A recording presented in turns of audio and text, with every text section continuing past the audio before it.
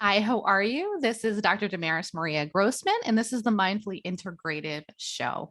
So today we have an amazing guest. She's a great friend and wonderful woman. Her name is Yasemin B. She is a strong and businesswoman from health advocate, PCOS survivor, and educator and savvy businesswoman. She has a lot to share and a great story, and I can't wait for you guys to get to chat and learn more about her. Hi, Yasmin. How are you? Hi, Damaris. I'm good. How are you? Great. So I wanted to know, I start the show and kind of ask people what's a little fun fact about you to just kind of get some info, like a quick fun fact. Okay. I guess one that comes to mind now that can see my background a little bit is that I live in the country now and I actually see black bears every single day, which if you told me that a year ago when I lived in the city, I'd probably be freaking out. But we've come to be friends, me and these black bears. So it's always a fun morning or afternoon when I see them out by the apple tree. Oh my God. Do you give them extra apples or or do you give them extra treats now? No, no, gosh, I have a bunch of apple trees on my property, and there's plenty of food for them. So I don't need to feed them, and I don't want them coming around by giving them extra food. But it's fun to see them climbing the trees and their baby bears and the mom. Oh, It's really nice. I love it. I mean, I was probably scared thinking of it, but I think your place is beautiful out in the country now. So like you've gone from being a city, worker and being all in the hustle and bustle of things. And now you're in the country. And I mean, the show is about integrative health and changing your perspective on how you are with health. Let's just kind of go into like, what's your general story? Like, how did you get into thinking more about your overall whole health and where you're at? And now you're in the country. So let's dive into a little bit of that. It is a big change. I grew up, as you said, mostly in the city, mostly in apartments. I come from a lower income family, so I've never actually lived in a house. And my health journey kind of started when I was diagnosed with PCOS, at a young age. I think I was 13. And, with that comes a whole slew of symptoms and issues, painful periods, ones that wouldn't come, pimples, a Oh, lot of and PCOS. Oh, sorry. PCOS is polycystic ovary syndrome, if anyone doesn't know. Okay, continue. Yes, exactly. So I get cysts on my ovaries and I don't get my period regularly. And I was actually told I would have a lot of issues trying to conceive, at the age of 14. And it's a little scary when they tell you that. And what they did is they put me on pills. It was birth control mostly. And after, I don't know, I think it was 10 or 12 years, I'm still on these pills. And the guidance was kind of just, you're kind of going to be on these forever. And I didn't feel good about it because I had been on them for so long, and I realized that they weren't actually helping me. Like if I had to stay on the pill forever, it wasn't really helping the underlying issues. And then on top of that, I became pre-diabetic, which is really common with PCOS. It is a hormone imbalance issue. But it made me upset because, I was doing everything I was told to do by the doctor, which was take these pills and you'll be fine. And I was getting worse. So that's what really kind of jump started my search to find something better than to be on these pills. And I didn't want to mask the symptoms anymore. I really wanted to treat the underlying cause. So I actually got into Bulletproof Coffee, Dave Asprey, Yes. Oh my randomly God. learned I about totally it. just drank some. Oh yeah, I love it because it help me kickstart fasting in the morning, which is really incredible for your health. And then I heard about his wife, Lana Asprey, and they met, in their late 30s, and she had the same issue, PCOS, and she was unable, told she couldn't conceive for some time or it would be difficult. And at the age, she was like in her late 30s, maybe 38, 39, and she was able to have two healthy kids. And she wrote a book about the Better Baby book. And I read that book. And that's where I learned that the food you eat could drastically impact your health. And I never made that connection before. I grew up Turkish immigrant and really poor. There was no emphasis on health or eating vegetables. It was more just about surviving. So it was really interesting to hear how much just diet alone could impact your health. So from there, I learned a little bit about what she did. I tried keto for a while, which actually really helped me and it got rid of my pre-diabetes. And I felt really good on it, but I realized it wasn't something I could do long term. It wasn't Mhm. sustainable Yeah. for years and years to come. So I started experimenting. I did a bunch of research. I did a little bit of Whole30, which is the detox diet where you get rid of certain things like dairy and soy and gluten, and then you reintroduce them.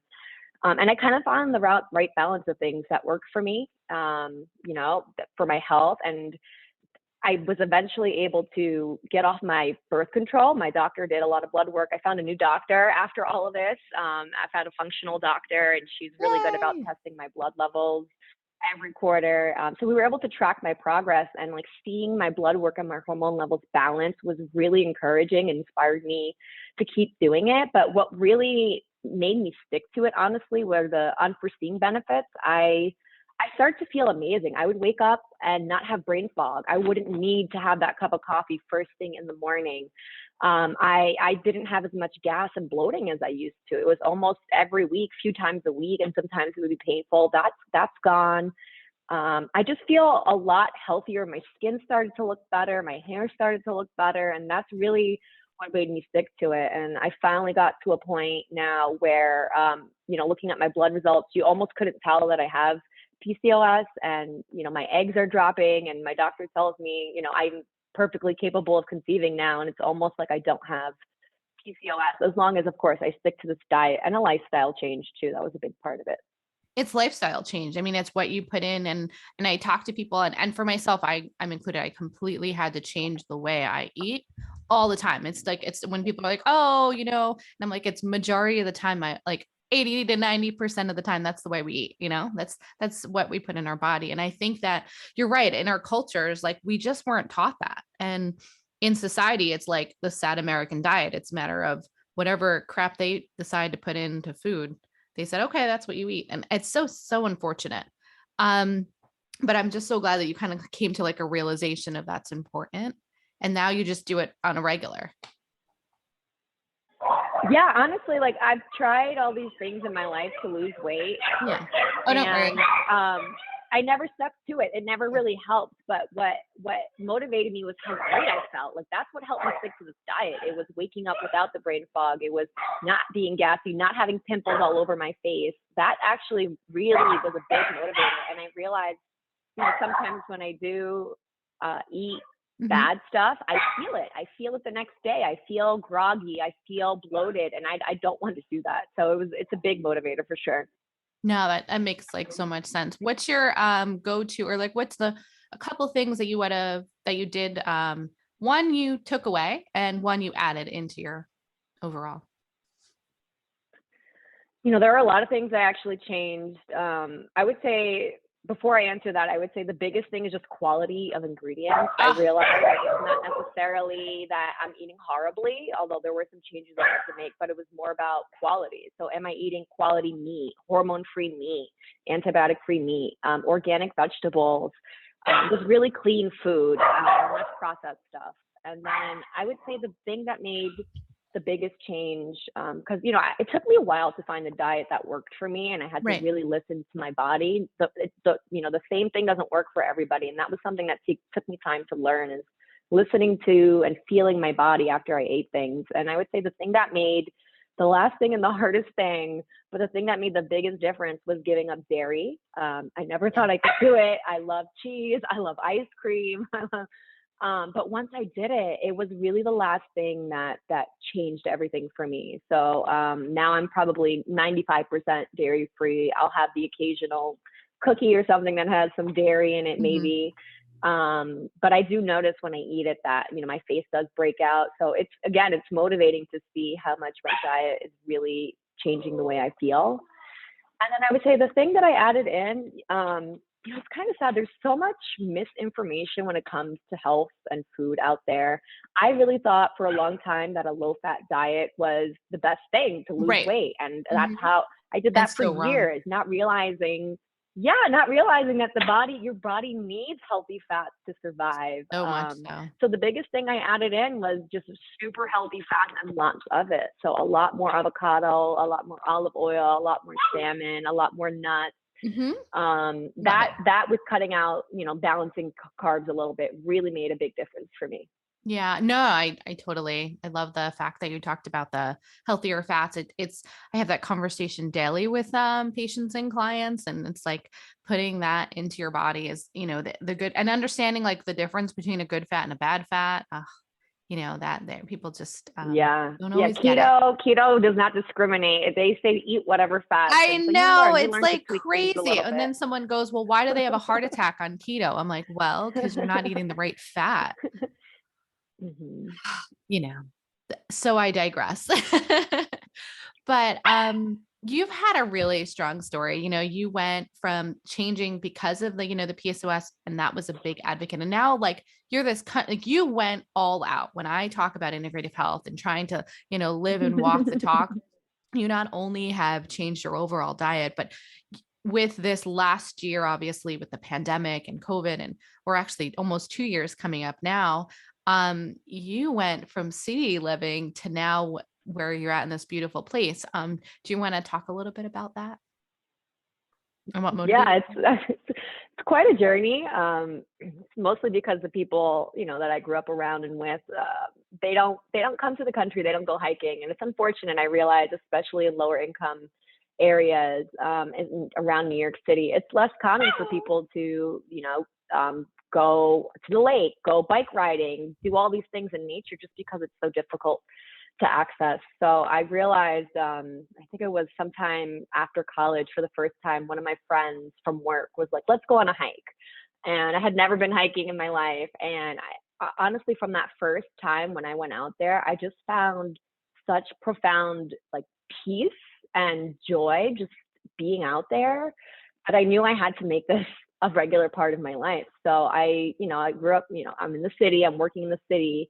I would have to drive a couple hours just to get to a nice hike from New York City every weekend. I was doing this, every summer, every fall. I realized how good it was for my mental health just to be hiking. And I get into that flow state when I'm hiking, where, you have this time and space to think and be by yourself, but also be surrounded by nature. So I was doing that for a really long time. And I realized that it's the thing that I enjoyed most, and it was the thing I was spending most of my time doing. And being in the city, it's just it's just part of being in the city. The energy is there, the hustle and bustle is there. You're always kind of go go go and anxious. And I found myself rushing to whatever the next thing I was doing was, even though there wasn't any urgency. It's just kind of that city energy. So I realized I really needed to make a change, because I was really stressed. I was dealing with a lot of anxiety and trauma from, my childhood. And I realized that I really needed to make the things that made me feel better a more regular part of my life. So it took some time and some courage. But, I was able to get a job here at Amazon now, where I'm able to work flexibly. I get to work from home. And I took advantage of that to finally make my dream come true. And I started looking for a house, out in the country. And I just wanted to make sure that I could incorporate walks and nature in every part of my daily life, not just, the occasional treat on weekends, because it really did make a profound impact on my mental health. So it was a big change, and there's a lot to get used to. But I love it. I have my garden now. I get to grow my own organic vegetables. I get to go on, hikes in the morning before work. I have trees and a pond, and just being able to touch and ground with nature has really changed my whole outlook. I love it. I think I got to go out and visit you, and it was so beautiful. I feel like we are so out of touch with nature, and I know, was it COVID that kind of changed it, or work that made you, obviously you were saying that you had some anxiousness in your life. Or was it just the COVID that had happened kind of motivated you to go, all right, I can make this change now. Now you had the opportunity with your job. Yeah, it was a little bit of both. Like I said, I grew up with a lot of trauma. Just, to elaborate a little bit, we grew up below the poverty line. I was actually homeless for a few years. My And, gosh, that's a I grew lot. up in a very, yeah, it was a lot. I was a child, so I didn't really realize the true impact until I got older. When you live in a homeless shelter, it's basically an old motel room that they kind of give to a family. And we were there for 2.5 years. And there's no kitchen, obviously, in a motel room. So we ate microwave food for 2.5 years, which probably did a number on my health. Um, and it was just a lot of trauma with my family as well, and struggling and getting out of that has helped a little bit. But mostly it's helped me open my eyes a little bit more and realize that there's more I should be doing to feel better. And I actually used to work in finance for 10 years, and that was another big change I made because it was just a very stressful environment for me, and honestly toxic, being a woman in finance for that long, especially starting at a young age. There was just a lot I had to deal with and face, and it was making me this very angry, anxious person. And I realized I needed to feel better. I needed to make a big change. So I left finance, and now I work in technology at Amazon, and it's been an incredible change. The culture is different, and like all these big changes I had to make, I realized, they're scary at first, but afterwards, once you're in them, you realize the benefits to yourself. It's given me the courage to make bigger changes. So working at Amazon, again, like they allowed me to work remote, and I've always wanted to be closer to the country. And again, I realized big changes, they can be scary, but you have to you have to listen to your body and your health and what's best for you. So the flexibility of Amazon, and then COVID especially, it did drive the change. I was taking care of my mom during the early days of COVID, and we lived in a tiny apartment in the city, and I have, so many pets, and it was just too tight a space, and I felt confined in that apartment, especially having to work from home every single day and not have the option to go on a walk or whatever. Yeah. So COVID let me gave me the time, the last push to really just make this happen. So it was a blessing in some ways, and in other ways, it's definitely impacted my family. But I'm just trying to make the best of the situation and what I can control. Oh, I just love that you've made changes, and then you, like you said, you took the initiative to control and empower your life. And I feel like that's a really good point for people to listen that are watching, that health is not about just a pill, and you had to actively seek, ways to get your life better and change. And you did that. And it was like little steps of going out in nature, your food, you have your animals, the support, and just identified you had the intuitive eating, and then you listened to your body.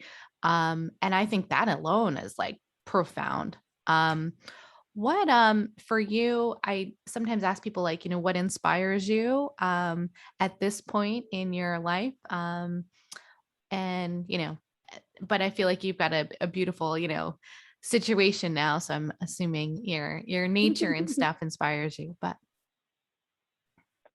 Yeah, I would say definitely I found that the more I pay attention to what I want and what's good for me and I execute on it, the more I want to do that. So very much love being out here in nature. And I also realize that life is short and I got to do what I love. So what's inspiring me now, it's actually my journey, to be honest. Like knowing that I've made a lot of hard changes and have been successful, and I see the benefit. It's encouraging me to continue doing more of that. So now I'm trying to figure out what's my next path. I don't want to work at Amazon in tech indefinitely. I want to do something that's a little bit more fulfilling as a career. So, I'm financially stable now. I don't have to worry about that. And what inspires me is having the world is kind of my oyster. I realized, like, I didn't have that mentality growing up. I felt really limited by my situation.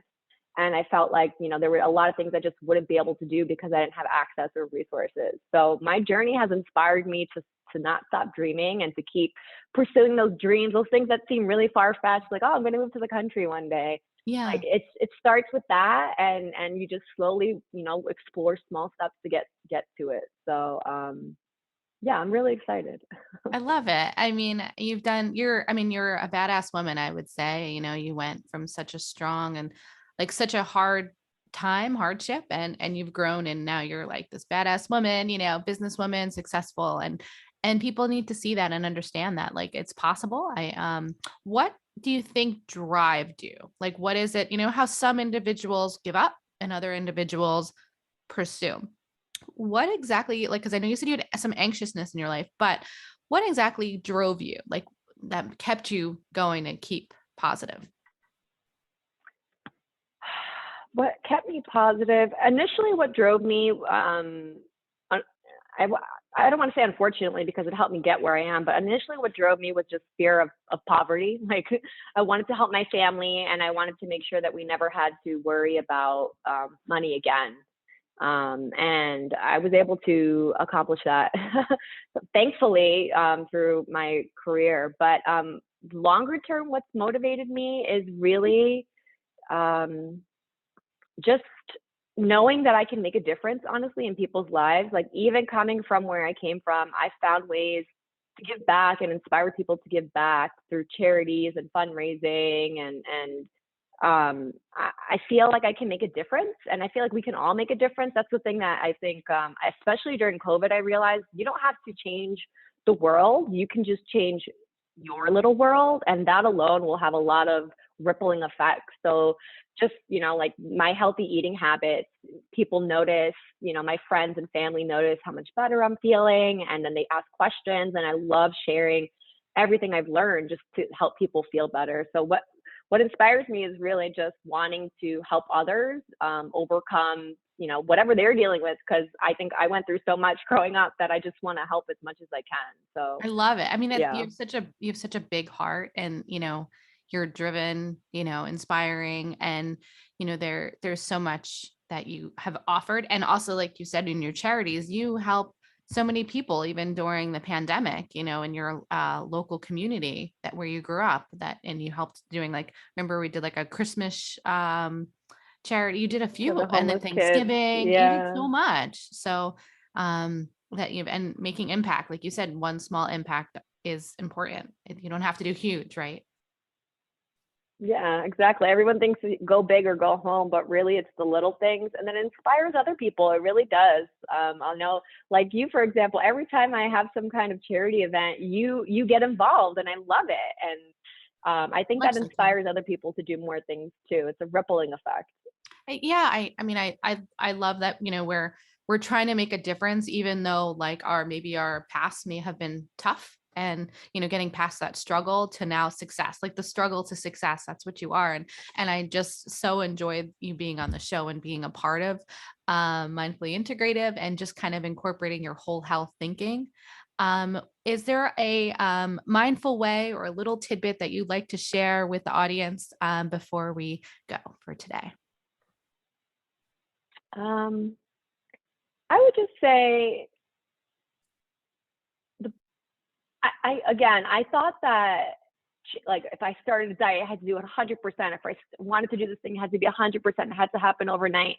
You have to realize it's a journey. You don't, small steps make a big difference. You don't have to go all in. In fact, if you try to change too fast, it can be overbearing and overwhelming, and you might not stick to it. So Yeah. little steps count. Every little step counts. Adding some small new routine that, in your day or whatever really long term makes a difference. So just remember that.